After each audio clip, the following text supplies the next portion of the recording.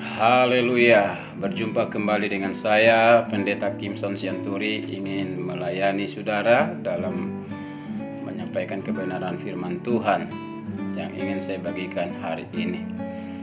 Temanya adalah tentang uang. Apa kata Alkitab tentang uang? Di Amsal pasal 23 ayat 4 berkata, "Jangan bersusah payah untuk menjadi kaya, tinggalkanlah niatmu itu." Semua orang ingin jadi kaya, punya harta banyak.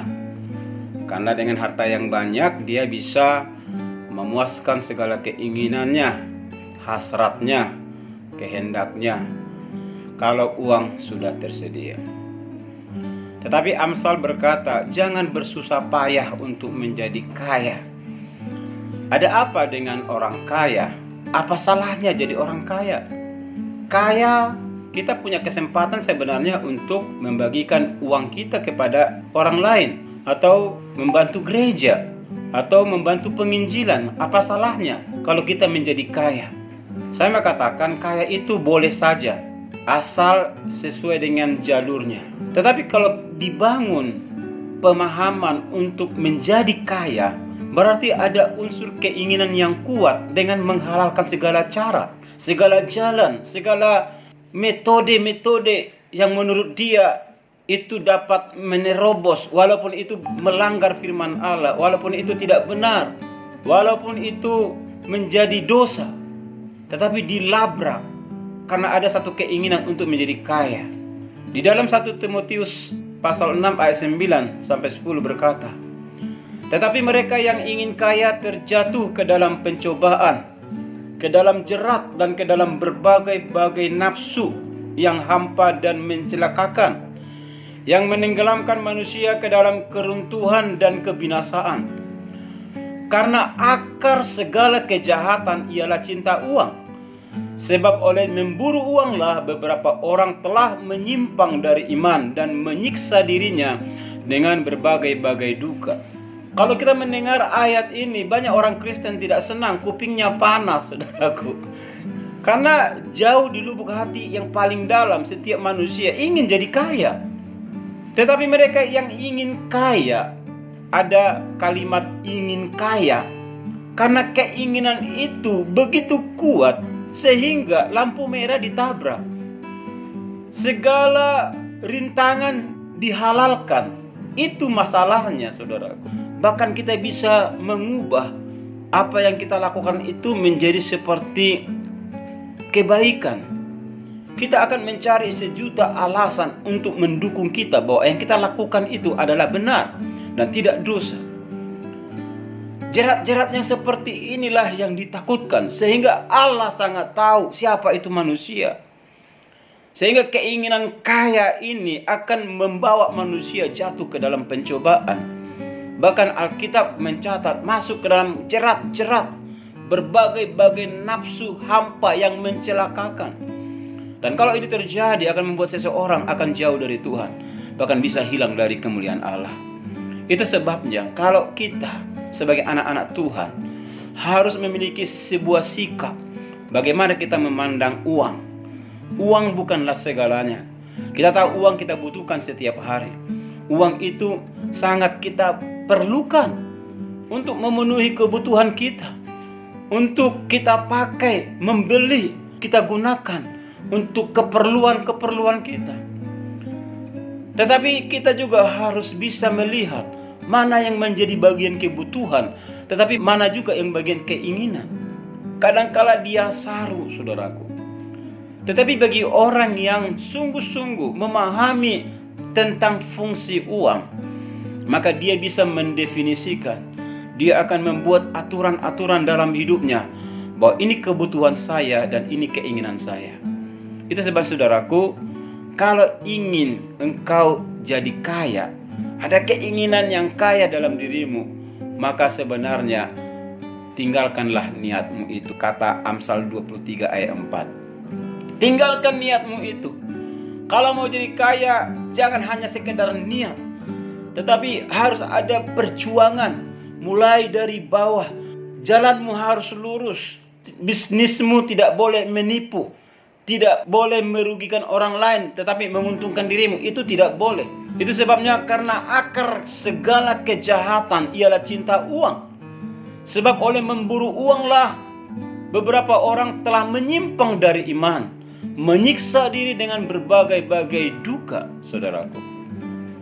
Tidak mudah berdiri di tengah zaman yang sekarang mengalami keadaan yang begitu sulit. Mempertahankan iman bersih, tidak mau melakukan kejahatan, apalagi korupsi. Ini tantangan berat bagi gereja, bagi anak-anak Tuhan, bagi orang-orang Kristen. Karena kalau tidak dengan cara itu, bagaimana bisa kaya? Karena kalau kerja di kantoran, jelas gaji bulanannya cuma segitu. Ya. Tetapi saya katakan, ada banyak cara Tuhan untuk memberkati anak-anak Tuhan. Amin. Engkau bisa juga hidup dalam kelimpahan kalau engkau bisa tahu caranya. Tuhan memberi hikmat kepada setiap orang, diberikan pengetahuan, diberikan skill, keahlian. Engkau galilah itu. Engkau carilah peluang-peluang yang bisa menambah penghasilanmu, sehingga engkau survive di dalam keuangan. Jadi orang yang menguasai uang adalah orang yang memiliki 3 prinsip yang ada dalam hidupnya. Prinsip yang pertama, inilah tipe orang yang bisa menguasai uang. Yang pertama adalah orang yang berani tidak mau menjadi hamba uang. Ibrani 13 ayat 5. Janganlah kamu menjadi hamba uang bagi orang yang bersungguh-sungguh hati, yang mau berani menjadi orang Kristen, yang tidak mau menjadi hamba uang. Maka Allah berjanji, aku sekali-kali tidak akan membiarkan engkau, dan aku sekali-kali tidak akan meninggalkan engkau. Ini sebuah garansi dari Tuhan, bahwa bagi orang Kristen yang sungguh-sungguh mau menguasai uang dan tidak menjadi hamba uang, dia menjadi orang Kristen yang berani tidak menjadi hamba uang, maka Tuhan pun tidak meninggalkan kita. Amin. Kita tidak dilepaskannya, kita tidak diabaikannya. Tuhan akan menolong tepat pada waktunya. Yang kedua, orang yang berani menguasai uang adalah orang yang berani mencukupkan diri. Ya, mencukupkan diri. Di Filipi 4 ayat 12 berkata, aku tahu apa itu kekurangan apa yang dialami oleh Rasul Paulus, dan aku tahu apa itu kelimpahan. Dalam segala hal dan dalam segala perkara tidak ada sesuatu yang merupakan rahasia bagiku, baik dalam hal kenyang maupun dalam hal kelaparan, baik dalam hal kelimpahan maupun dalam hal kekurangan. Segala perkara dapat kutanggung di dalam Dia yang memberikan kekuatan kepadaku. Ada nilai yang sangat tinggi yang dimiliki orang-orang Kristen yang berani mencukupkan diri, di mana Allah memberikan pertolongan. Rasul Paulus telah memberikan contoh yang baik bagaimana dia mengalami kenyang, lapar, kekurangan, kelimpahan. Dia pernah mengalaminya. Tetapi dari semua keadaan itu tidak ada yang paling membanggakan selain ketika kita berani mencukupkan diri. Di saat-saat kekurangan, jangan pernah bersungut-sungut, jangan pernah marah, jangan pernah merasa engkau diabaikan Tuhan. Saya katakan kepada saudara, saudara adalah anak-anak Tuhan yang dikasihi Tuhan. Kalau setelah mati di kayu salib, rela berkorban untuk menebus dosamu. Ya, lihat burung pipit di udara. Dia terbang, tidak pernah menanam, tidak pernah menabur, tapi dipelihara Tuhan. Lihat bunga bakung di padang, tidak pernah melakukan sesuatu untuk bekerja keras, tetapi dipelihara Tuhan. Bahkan keindahan bunga bakung begitu luar biasa didandani Tuhan. Bukan karena kerja kerasnya bunga bakung, tetapi di sini ada pemeliharaan Tuhan. Amin. Ada tindakan Allah menyertai orang-orang yang dikasihinya. Yang ketiga, orang yang berani tidak berhutang adalah orang yang menguasai uang. Hari-hari ini banyak orang menghitung-hitung penghasilannya tidak cukup. Dalam 1 bulan dia hitung-hitung kok lebih besar pasak dari tiang. Lebih banyak pengeluaran daripada penghasilan. Bagaimana ini? Tetapi saya mau katakan kepada saudaraku, banyak orang masuk dalam jeratan hutang. Untuk menutupi lubang yang satu itu, dia mencari dan mengambil lubang yang baru. Gali lubang, tutup lubang, dan tidak pernah tuntas masalahnya. Tetapi saya mengatakan, mulailah berhenti untuk berhutang. Karena Roma pasal 13 ayat 8 berkata, janganlah kamu berhutang apa-apa kepada siapapun juga. Jadi yang dikatakan di sini adalah, janganlah kamu berhutang. Kalau sempat sudah berhutang, mulai atur pembayaran, mulai lunasi, mulai bergumul, mulai menghemat, mulai melakukan tindakan-tindakan yang sesuai dengan kebenaran firman Allah. Itu sebabnya saudaraku, uang itu sangat berbahaya kalau uang itu menguasai kita. Tetapi ketika kita menguasai uang, uang itu akan berguna dan bermanfaat. Manusia tidak akan menjadi cinta uang, hatinya akan tetap cinta Tuhan. Dan saya mengatakan kepada saudara, segala kebutuhanmu, keperluanmu, Allah akan mencukupkan. Amin. Saudara akan dipelihara Tuhan. Saudara akan diberkati Tuhan.